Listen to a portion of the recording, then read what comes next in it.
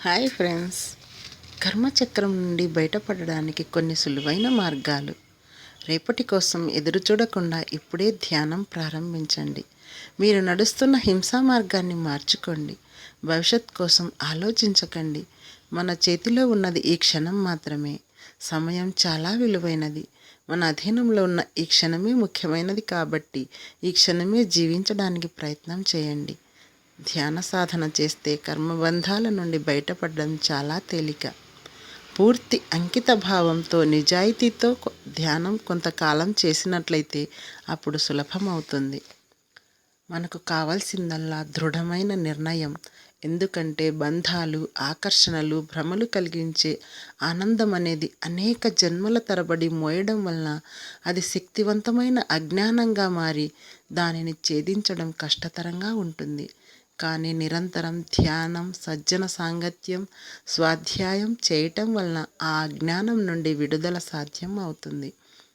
ఆది నుండి మన కోసం వేచి ఉన్న ఆత్మ విజ్ఞానం మన అజ్ఞానం వలన అది అలవి కానిదిగా ఉండి మన ఊహలకు అందనంత ఎత్తులో ఉంటుంది.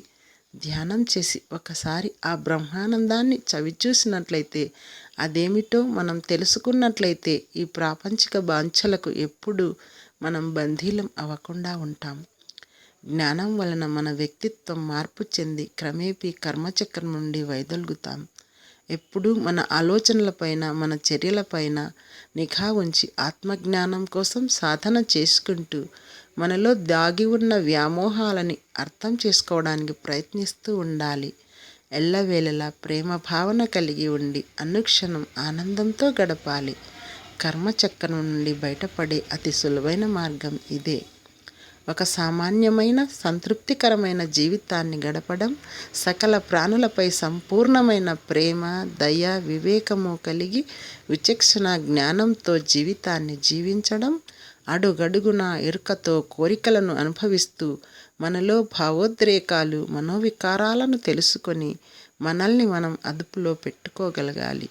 అప్పుడే మనం కర్మచక్రాన్ని అధిగమించగలం. కర్మచక్రానికి ముగింపుగా కర్మబంధాల నుండి ఈ క్రింది మార్గాల ద్వారా మనం బయటపడవచ్చునని భీష్మ పితామహుడు తెలియజేశారు.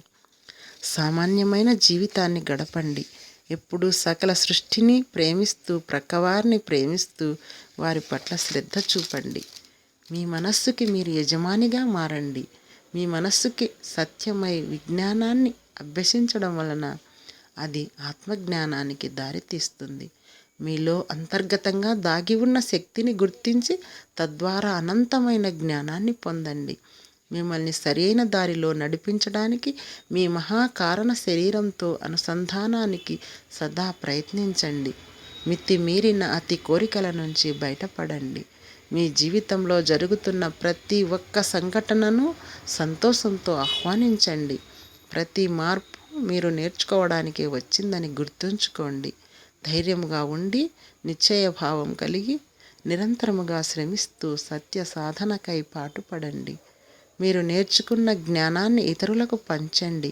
వారు అజ్ఞానంలోంచి బయటపడడానికి చేతనైనంత చేయూతనివ్వండి. మూఢ విశ్వాసాలను, అవిశ్వాసాలను ఎప్పుడూ నమ్మకండి, ప్రచారం చేయకండి. ప్రతిరోజు నిద్రపోయే ముందు, నిద్రలేచిన వెంటనే శ్వాస మీద ధ్యాస ఉంచి ధ్యానం చేయండి. పూర్తిగా శాకాహారమే స్వీకరించండి.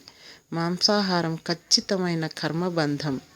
అది మీలో ప్రేమ కవాటాలను మూసివేసే ఆహారం. Thank you.